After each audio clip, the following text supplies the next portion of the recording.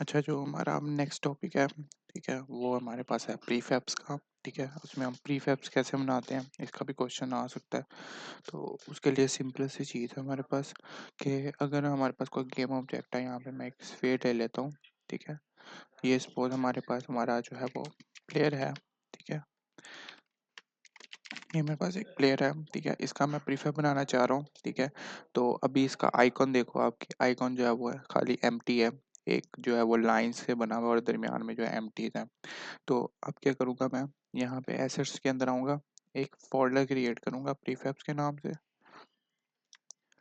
प्रीफैब्स। ठीक है, आप इसको ऑर्गेनाइज करने के लिए कर सकते हो कि फोल्डर क्रिएट कर दो, अदरवाइज आप इधर भी करोगे तो काम जो है आपका चल जाएगा। सिंपल आपने क्या करना है, जो हमारा प्लेयर का गेम ऑब्जेक्ट है उसको पकड़ना है और ड्रैग करके हमारे फोल्डर के अंदर इंसर्ट कर देना।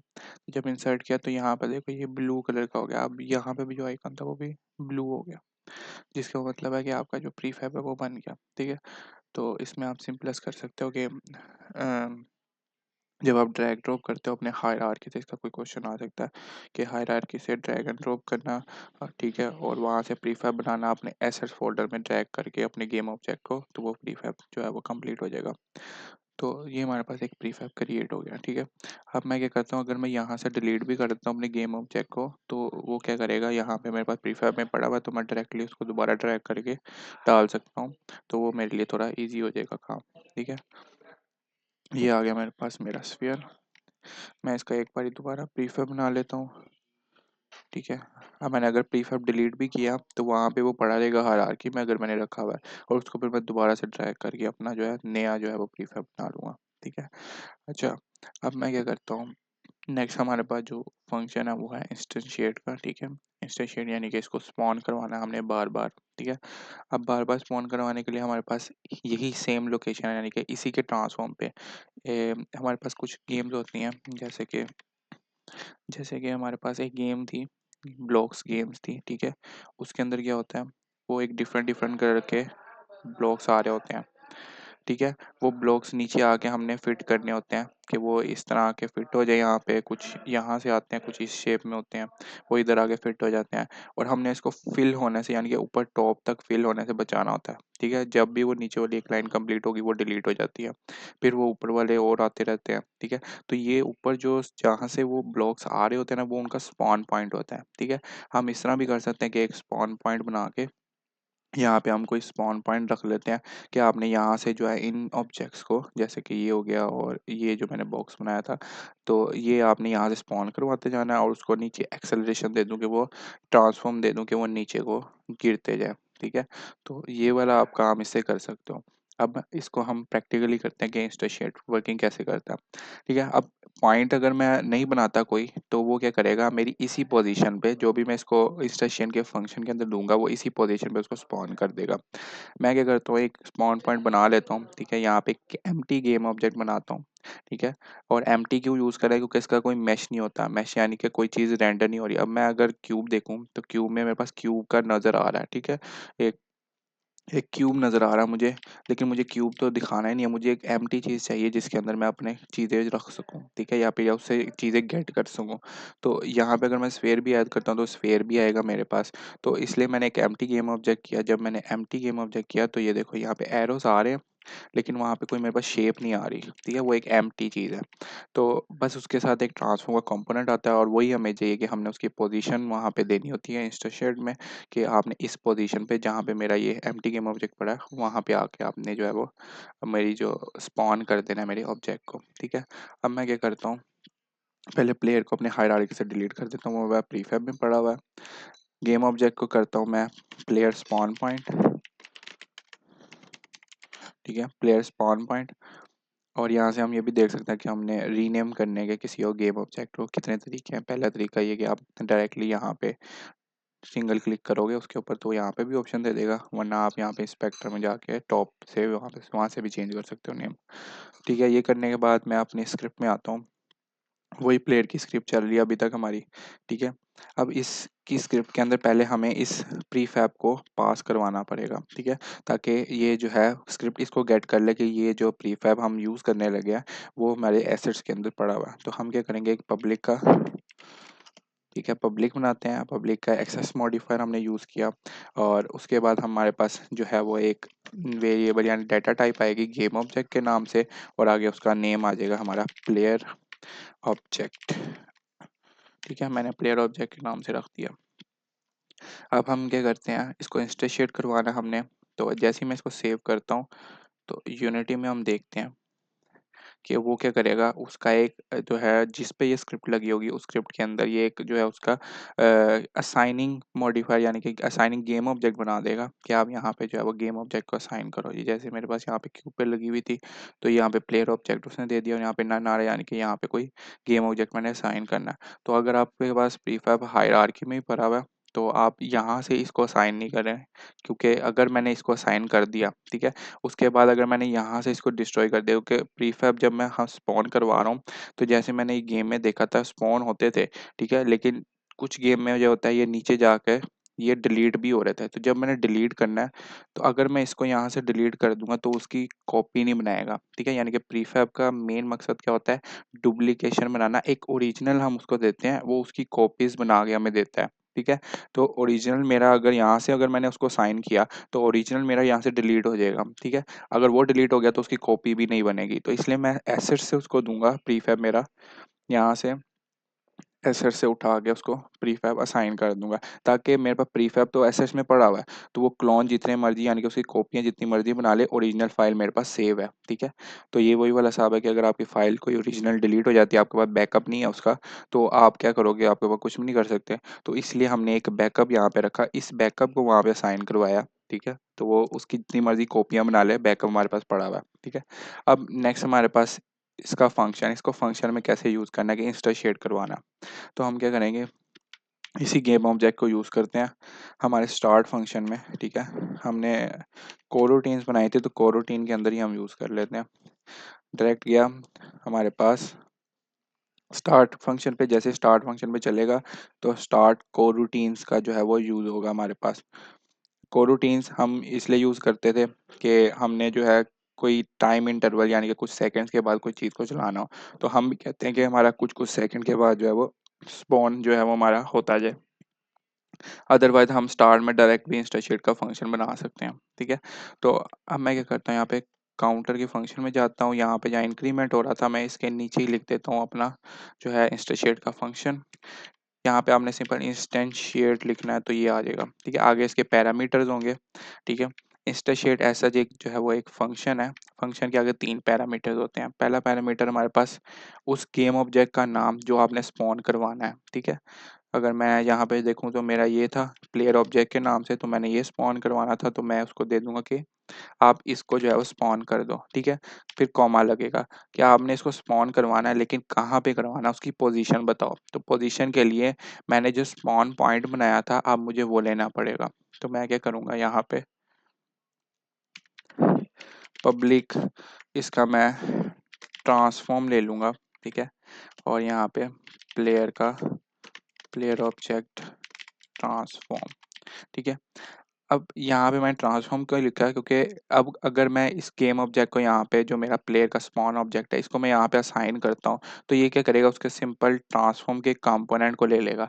ये पूरा गेम ऑब्जेक्ट नहीं लेगा, सिर्फ उसका कंपोनेंट को ले लेगा। ठीक है, तो ये आप डाटा टाइप देख लेना कि ट्रांसफॉर्म की डाटा टाइप तब यूज होती है जब हमने किसी भी ऑब्जेक्ट का ट्रांसफॉर्म का कंपोनेंट सिर्फ लेना हो। तो हम क्या करेंगे, इसको सेव करते हैं। सेव करने के बाद हम क्या करते हैं, इसको यूज़ कर लेते हैं, तब तक वो पीछे से लोड भी हो जाएगा। यहाँ पे मैंने ट्रांसफॉर्म का कंपोनेंट लिया, इसको हम कॉपी करते हैं। कॉपी करने के बाद हम नीचे आते हैं जहाँ पे हमारा फंक्शन लिखा हुआ था इंस्टेंशिएट का, और यहाँ पे आगे मैं इसको पेस्ट करता हूँ और उसके आगे डॉट पोजीशन दे देता हूँ कि आपने जो है वो इसकी पोजीशन को यूज़ करना है। ठीक है, अब नेक्स्ट जो हमारा आ गया रोटेशन का काम। ठीक है, पहले हमारा जो ऑब्जेक्ट था वो हमने जो पहला उसका पैरामीटर था उसमें हमने ऑब्जेक्ट पास करना है जिसको हमने स्पॉन करवाना है। नेक्स्ट में हमने उसकी पोजीशन देनी है कि किस पोजीशन पे स्पॉन करवाना है और किस रोटेशन पे स्पॉन करवाना है। थर्ड जो है वो हमने वो देना। तो रोटेशन हमने वही रखनी है जो हमारे गेम ऑब्जेक्ट की नॉर्मल रोटेशन थी। ठीक है, जिस रोटेशन में हमने अपने गेम ऑब्जेक्ट को सेव किया था। रोटेशन ठीक है, तो ये मैं अब सेव करता हूँ। तो ये मेरे पास जो है वो इंस्टेंशिएट का आ गया कि उसने क्या किया, इस ऑब्जेक्ट को वो करेगा स्पॉन, इस पोजीशन पे करेगा, ठीक है, इस पोजीशन पे करेगा, और वो क्या करेगा, इसकी रोटेशन पे करेगा, ठीक है। यानी कि जो हमारी ओरिजिनल गेम ऑब्जेक्ट की रोटेशन क्या है, अब मैं प्रीफैब में अगर मैं जाकर देखूं तो प्रीफैब में इसकी रोटेशन 0 0 0 पे पड़ी है, यानी कि वो जब भी स्पॉन करेगा इसकी रोटेशन को 0 0 0 पे ही करेगा, ठीक है। तो इसको अब हमें जो है वहाँ पे जाके असाइन करता हूँ। मैं क्यूब पे चलता हूँ, मेरे पास यहाँ पे उसने ट्रांसफॉर्म का उसने कहा नॉन ट्रांसफॉर्म, कोई ट्रांसफॉर्म पास करो आप। तो मैं क्या करूँगा, यहाँ से मेरी प्लेयर स्पॉन की स्क्रिप्ट जो गेम ऑब्जेक्ट है उसको मैं यहाँ से पास कर दूंगा। तो जैसे मैंने पास किया तो उसने मेरा स्पॉन पॉइंट भी ले लिया, और यहाँ प्रीफैब्स का मैंने एसेट से उठा के प्लेयर ऑब्जेक्ट दे दिया, ठीक है। अभी हमने जैसे पहले देखा प्रीफैब हमने हायरार्की में क्यों दिया, ये भी क्वेश्चन आ सकता है कि हायरार्की में अगर हम प्रीफैब देते हैं तो क्या होगा, ठीक है, कंडीशन कोई बन सकती है। तो उसमें वो वाला चीज़ आपने याद रखनी है, ठीक है। अब मैं क्या करता हूँ, मैंने स्पॉन करवा दिया, अब ये कंडीशन चलेगी कैसे वो देख लेते हैं। हमने सिंपल एक गेम ऑब्जेक्ट दिया पब्लिक का, ठीक है, और उसमें हमने अपना जो एसेट से हमारा प्रीफैब बना हुआ था वो पास किया। दूसरे पे हमारे पास ट्रांसफॉर्म था, ठीक है, हमने उसकी पोजीशन वहाँ से यानी कि उसका ट्रांसफॉर्म का कंपोनेंट इस वेरिएबल के अंदर रखवा दिया, ठीक है, किसी भी गेम ऑब्जेक्ट का। उसके बाद नेक्स्ट चलते हैं हम। तो नेक्स्ट में हमारे पास हमने ये इंस्टाशेड यूज़ यहाँ पे किया है कि हम उसका कह रहे हैं कि जब भी वो काउंट डाउन चले 0 से 60 तक, तो जब जब 60 टाइम चलेगा तो यानी कि 60 टाइम वो स्पॉन करेगा। जब भी इस लाइन ऑफ कोड पे आएगा, और लाइन ऑफ कोड पे आने के बाद इस ऑब्जेक्ट को स्पॉन करेगा, इस पोजीशन पे करेगा, और इसकी रोटेशन पे करेगा, ठीक है। तो ये करने के बाद हमने सेव किया, सेव करने के बाद हम आ गए यूनिटी में, और मैं इसको प्ले करता हूँ।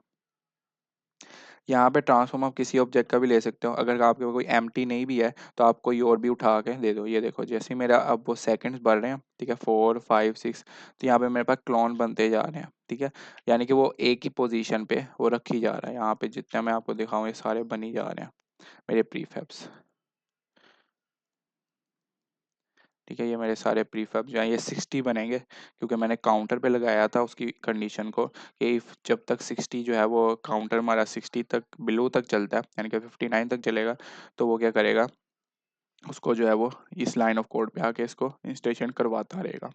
तो ये जो है मेरे पास यहाँ पे आपको नजर आ रहा है कि प्लेयर जो है वो क्लोन बनते जा रहे हैं, बनते जा रहे हैं, ठीक है। अगर मैं यहाँ से डायरेक्टली आपको वो ये भी दिखा देता हूँ कि अगर मैं डायरेक्टली यहाँ से एसेट से उसको दे दूँ प्रीफैब अपना, फिर जो है एक प्रैक्टिकल एग्जांपल हो जाएगी। तो यहाँ से मैंने डायरेक्टली गया, यहाँ से इसको ड्रैग एंड ड्रॉप करके असाइन कर दिया, ठीक है। अब मैं जैसे ही उसको प्ले करता हूँ ना, तो वो क्या करेगा, पहला इसको लेगा, ठीक है, और वो चलाता जाएगा, ठीक है, क्लोन बना रहा है वो। लेकिन उस केस में, जिस केस में हमारे पास जो है ऑब्जेक्ट हमारे डिलीट हो जाते हैं, ठीक है, यानी कि हमारे पास काफ़ी देर जो है हम जैसे बुलेट्स बना रहे थे, बुलेट्स हमारे पास जाती थोड़ी दूर जाके हमने उसे डिलीट करना होता था, या किसी के साथ कोलाइड करती तो वो डिलीट हो जाती थी। तो उसमें जब वो डिलीट हो जाएगी तो हमारा मेन जो है, अगर मैंने डिलीट कर दिया, तो जैसे मैंने अपना मेन डिलीट किया, ये देखो ये मेरा मेन पड़ा हुआ है, ठीक है, मेन को मैंने जैसे डिलीट किया था इस तरह करके हायरार्की से, तो उसने वहीं पे स्टॉप कर दिया और एक एरर दे दिया मेरे पास कि गेम ऑब्जेक्ट टाइप, जो गेम ऑब्जेक्ट है वो डिस्ट्रॉय हो गया, यानी कि उसका जो ओरिजिनल वर्जन है उसका डिस्ट्रॉय हो गया, जिसकी वजह हम उसकी जो है कॉपी नहीं बना सक रहे, ठीक है। तो ये हमारे पास इसकी वर्किंग थी, ठीक है। तो ये हमारे पास आ गया इंस्टेंशिएट का फंक्शन। अब हम नेक्स्ट देखते हैं हमारे पास, इसको मैं अभी क्या करता हूँ, हाइड कर देता हूँ। नेक्स्ट हमारे पास है इन्वोक का फंक्शन, ठीक है, इन्वोक रिपीटिंग का फंक्शन। वैसे तो हम यहाँ पे कोरूटीन से कर रहे थे कि हर सेकंड के बाद वो जो है हमारा इंस्टेंशिएट का फंक्शन चला रहा था, लेकिन अगर हमारे पास यहाँ पे कोई ज़रूरत आ जाए कि हमने यूज़ करना हो कि इन्वोक के फंक्शन के साथ, ठीक है, इन्वोक का फंक्शन ऐसा क्या होता है, इन्वोक रिपीटिंग का फंक्शन ये होता है कि वो जो भी उसके अंदर फंक्शन हम उसको बताते हैं वो उसको रिपीट करता रहता है बस। तो यहाँ पे अगर मैं एक नॉर्मल फंक्शन बनाता हूँ वॉइड के नाम से, रिपीटिंग नहीं, स्पॉन रिपीट फन लिख देता हूँ मैं यहाँ पे, ठीक है। और ये मेरे पास एक बाय डिफ़ॉल्ट एक फंक्शन मैंने यूज़र डिफाइंड फंक्शन जो है वो मैंने लिख दिया, ठीक है। अब इसके अंदर मैं ये पूरी इंस्टेंशिएट की लाइन लिख देता हूँ यहाँ से कट करके इधर, ठीक है। अब जब भी ये जो है फंक्शन कॉल होगा तो वो क्या करेगा, इंस्टेंशिएट कर देगा इस, यानी कि इस लाइन ऑफ कोड को रन करेगा और वो इंस्टेंशिएट कर देगा हमारे गेम ऑब्जेक्ट को, ठीक है। यहाँ तक तो क्लियर होगा। अब क्या करना है हमने आगे, आगे हमारे पास जो है वो मेथड चलता है इनवॉक रिपीटिंग का। अब इस फंक्शन को इनवॉक रिपीटिंग के अंदर अगर हम देंगे तो इनवॉक रिपीटिंग क्या करेगा, इस फंक्शन को चला देगा, लेकिन उसके अंदर हमें उसे इंटरवल देने पड़ते हैं कि आपने स्टार्ट कब करना है। ठीक है, सपोज मेरी गेम स्टार्ट हो गई हुई है, मैं उसको को जब मेरा काउंटर जो है 1 हो जाए, ठीक है, या फिर कुछ सेकंड का दे दूं तो मैं कहूँ उसको 5 सेकंड के बाद आपने जो है वो स्टार्ट होना है, और उसके बाद हर 5 सेकंड के बाद, हर 2 सेकंड या फिर हर 1 सेकंड के बाद आपने रिपीट करना है, यानी कि इस फंक्शन को बार बार हर 1 सेकंड के बाद कॉल करते रहना है। तो वो करने के लिए मैं क्या करूँगा, स्टार्ट में आऊँगा, यहाँ पे लिखूंगा इनवॉक रिपीटिंग। ठीक है, ये आ गया मेरे पास। इनवॉक रिपीटिंग हमारे पास नाम से जाहिर हो रहा है कि इनवॉक यानी कि कॉल करना, और रिपीटिंग यानी कि उसको बार बार रिपीट करना, यानी कि कॉल को रिपीट करना। तो वो क्या करेगा, यहाँ पे इन्वोक रिपीटिंग का फंक्शन लिखा, इसके अंदर हमारे पास कुछ पैरामीटर्स होते हैं, टोटल 3 पैरामीटर्स होते हैं। पहले में हमारे पास आते हैं डबल कोट्स, यानी कि हमारे पास पहले पैरामीटर में क्या चीज़ें आएंगी, वो आएंगी हमारे पास कोई स्ट्रिंग वैल्यू आएगी। ठीक है, और नेक्स्ट पैरामीटर्स में हमारे पास 2 पैरामीटर आते हैं, इनका टोटल 3 है। पहले में हमारे पास स्ट्रिंग आएगी, स्ट्रिंग के अंदर हम जो है वो अपने फंक्शन का नेम लिखेंगे। ये मेरा फंक्शन का नेम था, मैं पूरा यहाँ से कॉपी करता हूँ। ठीक है, कॉपी करने के बाद इधर आके मैं पेस्ट कर देता हूँ। ये पैरेंथेसिस इसके साथ नहीं आएंगे, बस ये सिंपल फंक्शन का नाम आएगा। ठीक है, स्ट्रिंग के अंदर, और ये लेते ही स्ट्रिंग के अंदर है। ठीक है, और इसके जो नेक्स्ट पैरामीटर में हमारे पास आएगी स्टार्टिंग वैल्यू, कि कब आप इसको चाह रहे हो कि ये रिपीट यानी कि उस फंक्शन को पहली बार कॉल करे, इस फंक्शन को। ठीक है, तो वो मैं दे दूंगा कि ये जो है 4। ठीक है, 4f दे देता हूँ, फ्लोट वैल्यू दे देता हूँ। तो ये क्या करेगा, हर 4 यानी कि 4 फ्रेम या 4 सेकंड्स आप कह सकते हो, उसके बाद इसको रिपीटिंग वैल्यू देगा। और उसके बाद मैं कहता हूँ 2f, यानी कि 4 सेकंड के बाद आपने पहली बार चलना है, और 2 सेकंड के बाद, हर 2 सेकंड के बाद, यानी कि 4 सेकंड के बाद चला, उसके बाद फिर ये यानी कि 4 सेकंड के बाद पहली बार चला। ठीक है, 4 सेकंड हो गए मैंने जब प्ले किया, तो वो पहली बार चल गया। फिर उसके बाद 2 सेकंड के बाद यानी कि 6 सेकंड हो गए, तो वो फिर चला। फिर उसके बाद 8 सेकंड हो गए, फिर चला। फिर वो 10 हो गए, फिर चला। तो इस तरह करते करते फिर ये दो दो के बाद रिपीट होता जाएगा। तो मैं इसको सेव करता हूँ, और सेव करने के बाद मैं यूनिटी में आ जाता हूँ। ठीक है, अब मैं इसको रन करके टेस्ट करता हूँ।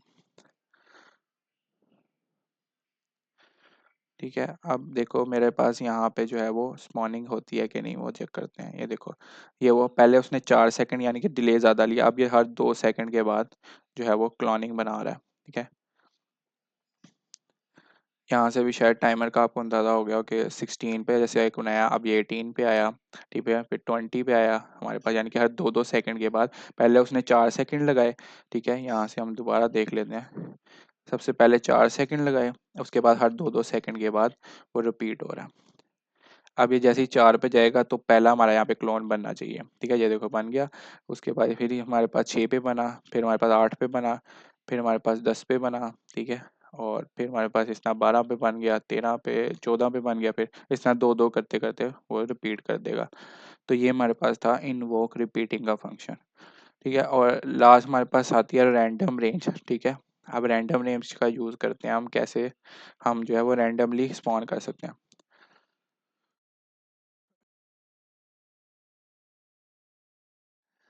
अच्छा, तो हमारे पास जो रैंडम रेंज का फंक्शन है, वो सिंपलेस्ट हमारे पास इन जगह पे यूज़ होता है जिनमें हमारे पास रैंडमली कोई वैल्यू चाहिए हो हमें। हमें कोई स्पेसिफाई वैल्यू नहीं चाहिए, हमें कोई रैंडमली जनरेटेड वैल्यू चाहिए कि आपने क्या करना है, इस वैल्यू को यहाँ पे जनरेट करके डालना है। तो उसके लिए हम क्या करते हैं, यहाँ पे अगर मेरे पास यहाँ पे इंस्टेंशिएट का फंक्शन था, मैं इसी को स्पॉन कराता हूँ। ठीक है, अब मैं चाह रहा हूँ कि मेरा जो ये स्पॉन हो, ये डिफरेंट पोजीशंस पे स्पॉन हो। यहाँ पे तो मैंने एक पोजीशन दे दी जो हमारी डायरेक्टली मैंने उधर से पास की थी, उसका ट्रांसफॉर्म। ठीक है, ये सेम उसी पे ही बार बार स्पॉन हो रहा है। मैं चाह रहा हूँ कि ये डिफरेंट डिफरेंट पोजिशन पे स्पॉन हो। तो मैं क्या करूँगा, यहाँ पे एक इंट का इंटीजर बनाऊंगा, इंटीजर वैल्यू इंडेक्स, या मैं यहाँ पे लिख देता हूँ स्पॉन पॉज। ये कोई भी आप बाय डिफॉल्ट, यानी कि ये हमारे पास यूजर डिफाइंड होता है, तो आप वेरिएबल नेम कोई भी रख सकते हैं। ये करने के बाद मैं क्या करूँगा,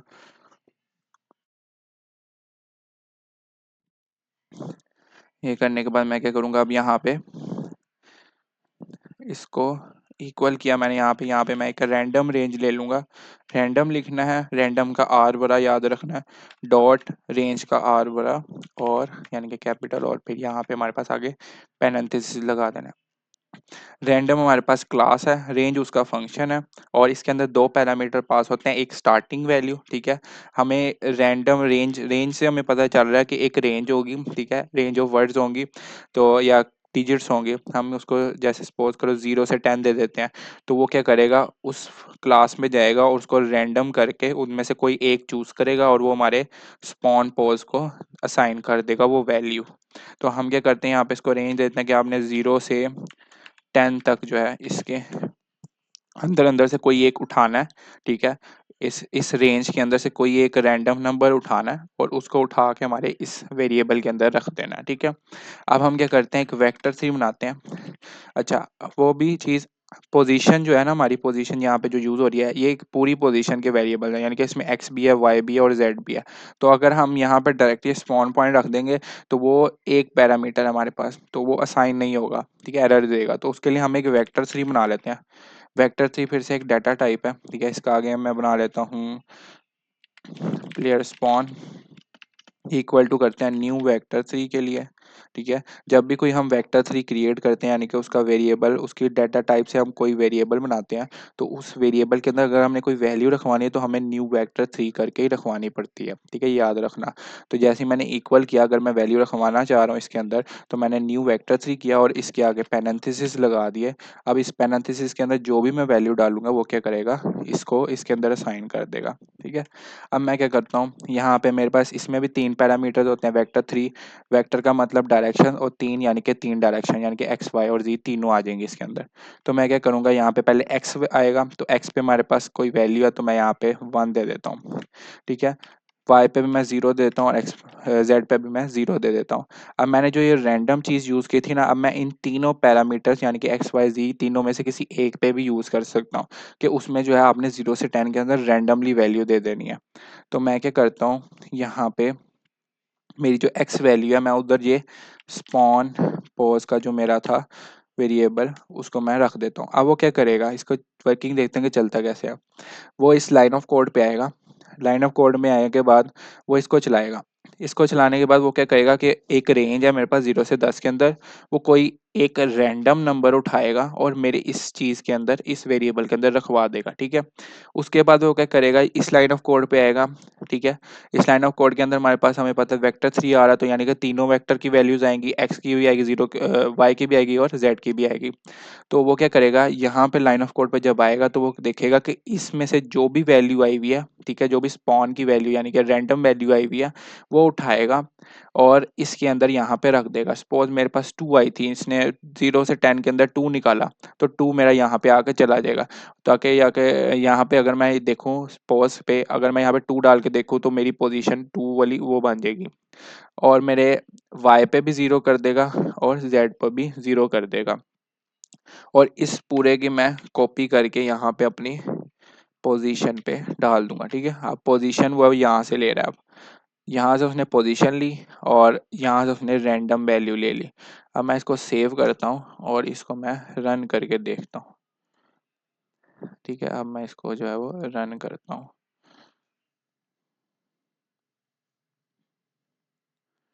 ठीक है। अब मैं जैसे इसको रन किया, मैंने अब देखना है इसकी वर्किंग को, तो यहाँ पे देखो, वो देखो अब जो है वो एक रैंडम पोजीशंस पे उसको स्पॉन करवा रहा है, ठीक है। वो देखो कभी इधर आ रही है, कभी इस साइड, पहले वो एक ही पोजीशन पे था स्पॉन करवा रहा, अब देखो वो किस तरह करवा रहा है स्पॉन। अब वो 0 पे गया, फिर 1 पे, कभी 7 पे, कभी 8 पे, कभी उसी पोजीशन पे बार बार, कभी अगली पोजीशन पे। तो ये जो है हमारे पास आ गया हमारा जो रैंडम रेंज का फंक्शन।